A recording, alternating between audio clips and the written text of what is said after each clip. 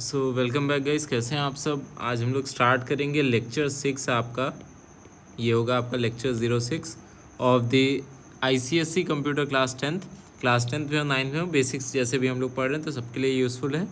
Fine, तो चलिए start करते हैं। लास्ट हमने वीडियो में देखा था डेटा टाइप्स के ऊपर कि डेटा टाइप्स की एंट्री कैसे होती है। क्योंकि अगर आपको इनिशियल प्रोग्राम्स पता हैं तो डेटा टाइप्स की एंट्री बहुत ज़्यादा इंपॉर्टेंट होती है। क्योंकि अलग अलग डेटा टाइप से ही हम जाके आगे चीज़ों को लाइक एंट्री और करा के हम प्रोग्राम्स को करते हैं। फाइन, तो प्रोग्रामिंग लैंग्वेज क्या होती है सबको समझ में आ गया था। उसके बाद डेटा टाइप्स के अलग अलग टाइप सबको समझ में आ गए थे। जो लोग पहली बार ये वीडियो देख रहे हैं प्लीज़ वो सारी वीडियोस जाके देख लीजिए। तो आज हम लोग बात करेंगे एक प्रोग्राम की। प्रोग्राम क्या है? Write a program to accept to accept length and breath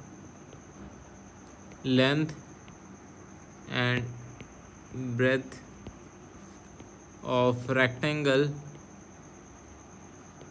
and print its area and perimeter। तो बात है क्वेश्चन के अंदर क्या बोल रहा है कि आपको क्या करना है। एक सपोज रेक्टेंगल है किसी का, तो उसका लेंथ लेना है, ब्रेथ लेना है। ठीक है, आगे क्या करेंगे, उसका लेंथ और ब्रेथ लेने के बाद उसका एरिया प्रिंट कराना है और पैरामीटर। तो ये बताइए एरिया का फॉर्मूला क्या होता है? ऑब्वियस ही बात है L/B। ठीक है, सबको पता होगा। पैरामीटर का 2L+B होता है। फाइन, तो अब इसके अंदर टोटल कितने, सबसे पहली चीज़ आती है कितने वेरिएबल्स चाहिए होंगे। इसके अंदर कितने वेरिएबल्स चाहिए होंगे। अगर हम लोग बात करते हैं वेरिएबल्स की, तो एक वेरिएबल A चाहिए होगा, B चाहिए होगा फॉर लेंथ ब्रेथ, और एक AR ले लेते हैं एरिया के लिए, एक पैरामीटर ले लेते हैं PER ले लेते हैं पैरामीटर के लिए। इन 4 कंटेनर के अलावा कोई और कंटेनर आपको लगता है चाहिए होगा। ठीक है, पहले एक एल्गोरिथम सेट किया करिए प्रोग्राम में कि अगर हम लोग होते तो कैसे करते हैं। ठीक है, सिंपल सी चीज़ है कि उसका लेंथ अगर हमें पता चल जाए, ब्रेथ पता चल जाए और यही फॉर्मूला लगा देंगे, काम हो जाएगा। तो अब प्रोग्राम लिखेंगे तो किस तरीके से होगा, import java.util *:। इस सब का मतलब क्या होता है ये मैंने पहले बता दिया था।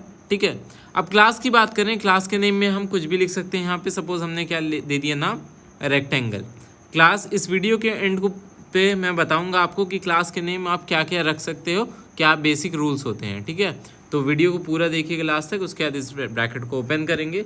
यहाँ पे क्या हो जाएगा, आपका ब्रैकेट ओपन हो जाएगा ऑफ ओपनिंग ऑफ क्लास, या क्लास हमने यहाँ पे ओपन कर दिया। उसके बाद हम लोग लिखेंगे पब्लिक स्टैटिक वॉइड मेन। ये एज इट इज़ होगा, मैं आपको बता दूं, जहाँ जहाँ आपका पब्लिक स्टैटिक वॉइड मेन, जहाँ जहाँ आगे से आपका लाइक कैपिटल में रहेगा। जावा इज केस सेंसिटिव, जावा क्या है, केस सेंसिटिव है। दैट मीन्स आपका सेंसिटिव, ठीक है, लाइक स्पेलिंग जो भी हो, केस सेंसिटिव। ठीक, तो अब क्या हो गया कि ये अपर केस और लोअर केस को डिफरेंटली ट्रीट करता है। मतलब कैपिटल ए से लेके जेड तक को अलग, स्मॉल ए से लेके जेड स्मॉल ए से लेके जेड तक को अलग, कैपिटल ए से लेके जेड तक को अलग ट्रीट करता है। तो इसी वजह से जब हम प्रोग्राम लिखते हैं तो हमें इस चीज़ का भी बहुत ध्यान देना रहता है कि आपका क्या कैपिटल में है, क्या स्मॉल में है। तो जो भी अब कैपिटल में रहेगा उसको मैं आगे से बता दिया करूँगा आपको। अभी तक यहाँ तक तो कुछ नहीं है। फाइन, अब स्कैनर क्लास को हम लोग कॉल करेंगे तो स्कैनर का जो एस होता है वो क्या होता है, आपका कैपिटल में होगा। Scanner SC is equal to new scanner. अब यूज़र से एंट्री लेने के लिए एक्चुअल में यूज़ होता है स्कैनर क्लास। तो इसी वजह से हम लोग यहाँ पे क्या लिखते हैं, system.in लिखते हैं। अगर कुछ देखिए, 2 तरीके की स्ट्रीम होती है, बेसिकली 3 तरीके की स्ट्रीम होती है। मतलब 3 तरीके के रास्ते होते हैं। जैसे रोड पे एक जाने का एक आने का होता है, रोड पे एक जाने का एक आने का होता है। उसी तरीके से कंप्यूटर के अंदर एक इनपुट स्ट्रीम होती है, एक आउटपुट स्ट्रीम होती है और एक एरर की स्ट्रीम होती है जिससे आपका एरर शो होता है। तो उसके लिए हम लोग कौन कौन से यूज़ करते हैं, system.in को यूज़ करते हैं।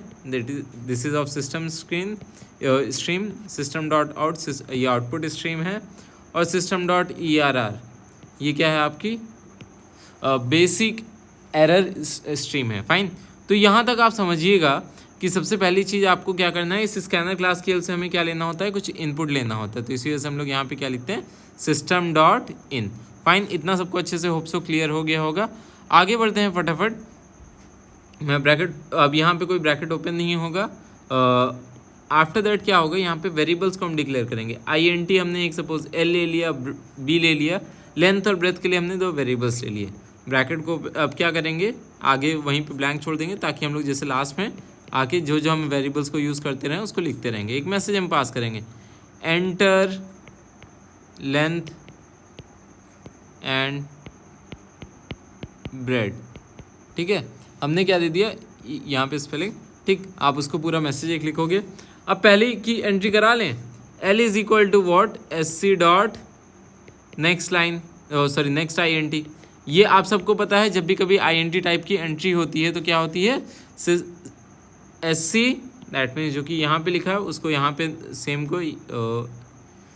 को जो है यहाँ पे लाके, एक सेकेंड, सेम को यहाँ पे लाके हम लोग लिख देते हैं। तो SC dot next INT, B is equal to what, SC dot next INT।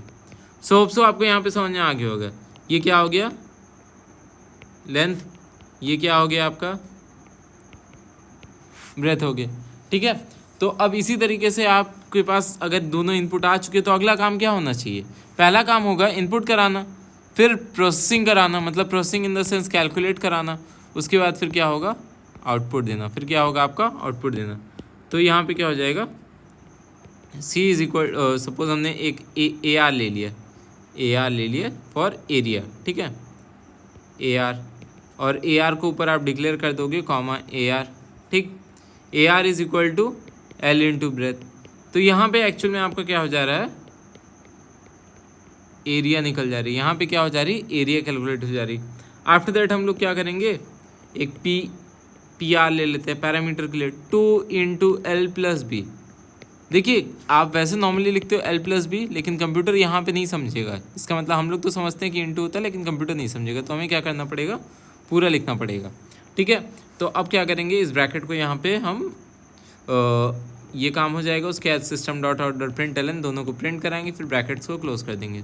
तो क्या हो जाएगा, print L N area is equal to, ये मैसेज हो गया। ठीक है, जो भी है मैंने इसके पहले आपको बताया, जो भी मैसेज होता है उसको हम लोग किस में लिखते हैं, डबल कोट्स के अंदर, प्लस AR। क्या हो जाएगा, यहाँ पे AR की वैल्यू प्रिंट हो जाएगी, मतलब यहाँ पे आपका एरिया जो है वो प्रिंट हो जाएगा। होप सो इतना समझ में आ रहा है। अगला मैसेज क्या होना चाहिए, प्रिंट होना चाहिए, प्रिंटिंग हमें पैरामीटर की भी करानी है, system dot out dot print L N parameter is equal to PR। तो यहाँ पे क्या हो जाएगा, PR हो जाएगा। होप से यहाँ तक समझ में आ गया होगा। उसके बाद फिर आपका क्या हो जाएगा, एक ब्रैकेट दूसरा ब्रैकेट, यहाँ पे सॉरी मेन बंद हो जाएगा और यहाँ पे क्लास ओपन हो जाएगा, क्लोज हो जाएगा। एक मैं कंसेप्ट समझाता हूँ ब्रैकेट्स का। जैसे ये देखिए 3 डब्बे हैं, इसके पहले भी मैंने वीडियोस में समझाया हुआ है कि यहाँ पे अगर 3 डब्बे रखे हुए ये सब बंद हैं, तो जब ओपन करने की बारी आएगी तो सबसे पहले ये ओपन होगा, फिर ये होगा, फिर ये होगा। लेकिन जब क्लोज करने की बारी आएगी तो सबसे पहले आपका ये होगा, फिर ये होगा, फिर ये होगा। ठीक है, तो उसी तरीके से जो सबसे पहले लास्ट ओपन फर्स्ट क्लोज, ये कंसेप्ट आपको याद रखना रहेगा कि जो सबसे लास्ट में ओपन हुआ है वो सबसे पहले क्लोज होगा। ठीक है, तो यहाँ पे आपका जैसे देखिए अब क्या बोला गया है, area and parameter of rectangle. तो कंप्यूटर क्या करेगा, यहाँ पे आएगा इंपोर्ट के थ्रू आपका जितने भी पैकेजेस उसको चाहिए होंगे इस प्रोग्राम को रन कराने के लिए, उन सबको वो इंपोर्ट करा लेगा। स्टेप 1 यहाँ पे आके क्लास बना देगा। फिर मेन मेथड से उसको पता है यहाँ से एक्चुअल में एग्जीक्यूशन स्टार्ट होता है, यहाँ पे क्या होता है, एग्जीक्यूशन स्टार्ट होता है। यहाँ पे आएगा आपका क्या कर देगा, एक स्कैनर की क्लास, दैट मीन्स आपका इनपुट आउटपुट, और यहाँ पे एक PR भी डिक्लेयर हो जाएगा। ठीक है, यहाँ पे उसके सामने 4 कंटेनर बन गए हैं, एक L बन गया है, B बन गया है, AR बन गया है और PR बन गया है। ठीक है, एक सामने स्क्रीन के सामने एक इनपुट आएगा, एक क्वेश्चन आएगा, क्या आएगा, एंटर, ऐसे लिख के आएगा, एंटर लेंथ एंड ब्रेथ। तो आप पहली वैल्यू दोगे सपोज 4, दूसरी वैल्यू सपोज आप दोगे 5। तो अब क्या होगा, जैसे ही 4 और 5 आपने वैल्यू दे दी तो अब क्या होना चाहिए, इनपुट आ गया, प्रोसेसिंग होना चाहिए। प्रोसेसिंग में AR की वैल्यू, दैट मीन्स 4 इंटू 5 क्या हो जाएगी, 20 हो जाएगी। 20 कहाँ जाके स्टोर हो जाएगा, AR में। अब 2 into L plus B, 2 into L plus B, that is 9, 18 PR के अंदर आके स्टोर हो जाएगा। तो अब क्या होगा, यहाँ पे एरिया इज इक्वल टू, ऐसे हो आके प्रिंट हो गए, एरिया इज इक्वल टू, क्योंकि ये मैसेज है पूरा, और फिर आपकी वैल्यू क्या थी 20, parameter is equal to 18। Fine, तो होप सो इतना अच्छे से समझ में आया होगा। अब जो मैंने आपको बताया था कि मैं वीडियो के एंड पे आपको बताऊंगा, जो बोनस टिप है वो ये है कि क्लास आप किस कैसे डिक्लेयर कर सकते हैं, क्या क्या नाम रख सकते हैं, नेम ऑफ, नेमिंग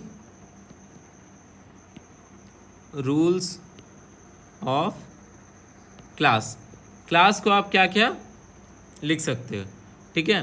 तो अब क्या हो जाएगा कि सबसे पहली चीज़ number 1, it can be alphanumeric. पहली चीज़ क्या आती है, क्लास आपका अल्फ़ा न्यूमरिक हो सकता है। अल्फ़ा न्यूमरिक का मतलब क्या हुआ, अल्फ़ाबेट्स और नंबर्स का कॉम्बिनेशन हो सकता है। दूसरा, should not be a keyword और रिजर्व वर्ड। किसको किसको याद है कीवर्ड क्या होता है? कीवर्ड एक्चुअल में होते हैं ऐसे वर्ड्स या फिर लाइक ऐसे वर्ड्स या फिर phrase having special meaning for the language compiler, ठीक है। तीसरी चीज़ जो होती है नेमिंग कन्वेंशन के अंदर, should not start with number, कभी भी नंबर से स्टार्ट नहीं हो सकता। Can have only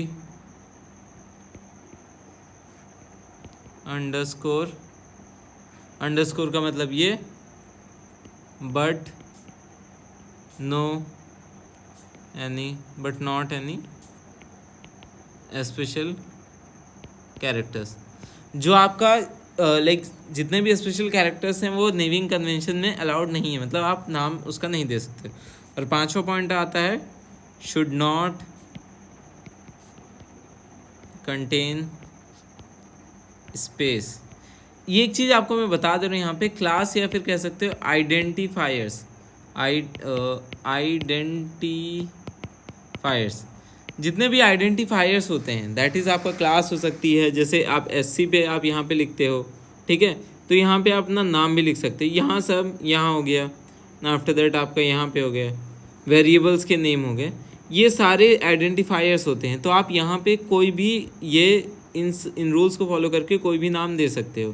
that means it can be alpha numeric, should not be a keyword, should not start with a number, can have any can have only underscore, कोई और special characters नहीं हो सकता, should not contain space, मतलब ABC 1 2 3 valid है, ABC valid है, ABC valid है, 1 ABC invalid है, ABC स्पेस 1 2 3 इनवैलिड है, ट्रू इनवैलिड है क्योंकि कीवर्ड है, इफ़ इनवैलिड है क्योंकि कीवर्ड है या रिजर्व वर्ड है, ठीक है। तो इस तरीके से आपका ये काम होता है।